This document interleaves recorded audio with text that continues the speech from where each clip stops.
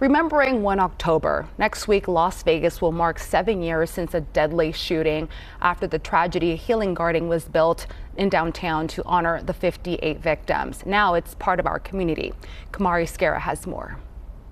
7 years later, and it's still hard for the community to wrap their heads around what happened that fateful day 7 years ago. So many lives lost, and the Healing Garden is just one of the ways that it's hoping to honor the victims of the tragedy and press forward together as a community. Now, of course, the Healing Garden took a community effort. One of those people behind bringing it to life is Jay Plegancool. Jay, thank you so much for joining us. Talk to us about, first of all, what you remember about 1 October.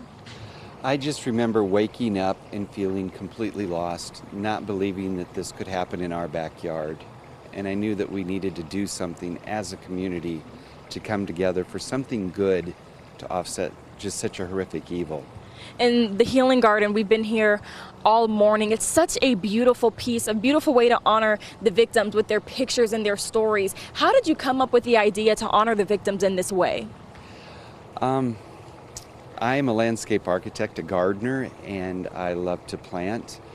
And I thought if we could create a garden and maybe plant a tree for each person who lost their life, so there was something tangible that we could all come together and remember those people by, and that would continue on into the future. That's the thought of it. And what are some of the key elements of the Healing Garden that people want to look out for when they come and visit, whether to reflect, pray, whatever it may be? So when people come to the garden, they'll see a heart that's in the center of the garden, and that represents the heart of our community.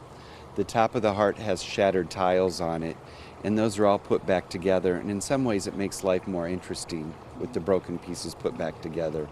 There are tiles that are hand-painted by community members, so everybody can express themselves in this garden and have part ownership of it.